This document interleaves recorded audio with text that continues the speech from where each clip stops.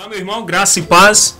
Sou Cícero Pereira do canal Eu na IBD. Estou aqui para mais uma videoaula da Escola Bíblica Dominical. Meu amado, nós já estamos na terceira lição, que tem por tema a Santíssima Trindade, um só Deus em três pessoas. Nós estamos no terceiro trimestre de 2017, é a revistinha aqui da CPAD, que tem por tema a razão da nossa fé. Assim cremos, assim vivemos.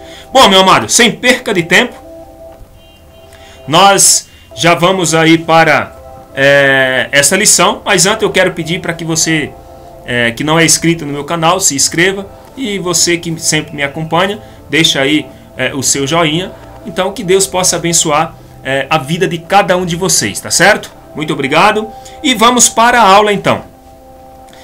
No tópico 4, você está na quarta parte da lição, que foi dividida em 4 partes, e nós vamos agora para a parte final desta lição. Então, assista e no final, se você gostar, dê um joinha aí, se inscreva se não for inscrito, e vamos para a aula sem perca de tempo.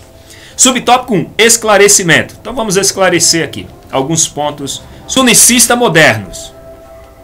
Eles pregavam que a doutrina da Trindade é uma invenção do Concílio de Nicéia, por ordem de um imperador romano pagão. Mas eles estavam equivocados. Por quê? Veja só, pois mais de 100 anos antes, Tertuliano já havia formulado a doutrina da Trindade. Concílio de Nicéia, vamos ver o que aconteceu lá. Reafirma a deidade de Jesus e a sua consubstancialidade com o Pai. Então, no Concílio de Nicéia, o que aconteceu? Eles reafirmaram, simplesmente, eles só reafirmaram a deidade de Jesus e a consubstancialidade com Deus. Então, o que acontece? Que no credo dele tem um ponto negativo. Qual é o ponto negativo? O credo não traz informações algumas sobre o Espírito Santo. Então, eles reafirmaram que Jesus tem a mesma deidade de Deus, de mesma consubstancialidade, mas não falavam nada sobre o Espírito Santo, não trazia informações nenhuma. O documento aprovado em Nicéia tornou-se ponto de partida ao invés de ponto de chegada. Então esse documento assinado lá no Concílio de Nicéia seria ponto de partida. A controvérsia prosseguiu por 2 razões principais. Qual foi? Primeira razão, porque subtópico 2, a definição de Tertuliano. O que é que ele definiu? Vamos ver. Ele foi o neologista da igreja que criou o termo Trindade. Então o termo Trindade foi criado por este cara e não no Concílio de Nicéia. Você está entendendo? O que significa neologista? Emprego de palavras novas, derivada ou formada de outras já existentes na mesma língua ou não. Neologismo. Tá? Então, declaração. Bom, veja só. Ele diz assim, ó. Sua declaração, abre aspas. Todos são um por unidade de substância, embora ainda esteja oculto o mistério da dispensação que distribuiu a unidade numa trindade, colocando em sua ordem os 3, Pai, Filho e Espírito Santo. 3, contudo, não em essência, mas em grau, não em substância, mas em forma, não em poder, mas em aparência, pois eles são de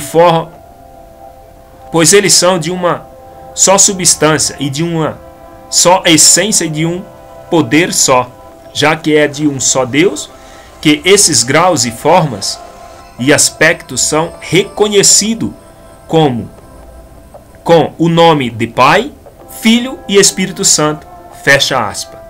Um só Deus, portanto, a essência, a substância e o poder são um só.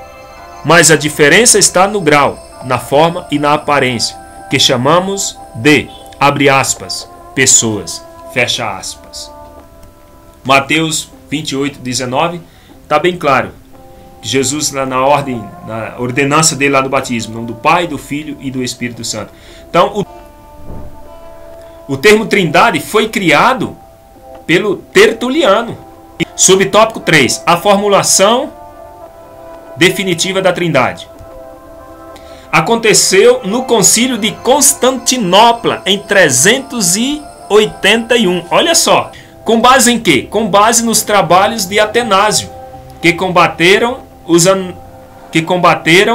os arianistas e também os grupos contrários à doutrina do Espírito Santo, com os pneumatomacianos e os tropicianos, e com base nas obras dos chamados pais capadócios.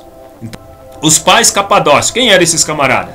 Era Basílio de Cesareia, Gregório de Nissa, Gregório de Naziano, eles eram os pais capadócios. O credo niceno-constantinopolitano reafirma o credo de Nicéia e define a divindade do Espírito Santo. Olha que interessante.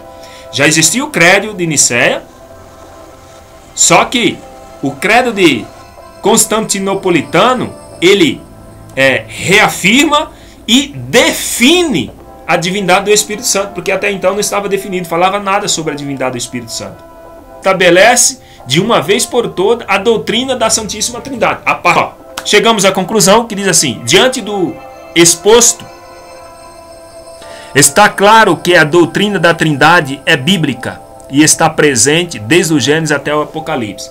Então, está bem claro, está exposto, está nítido que a doutrina da Trindade ela é bíblica e ela está presente em todos os livros da Bíblia Sagrada.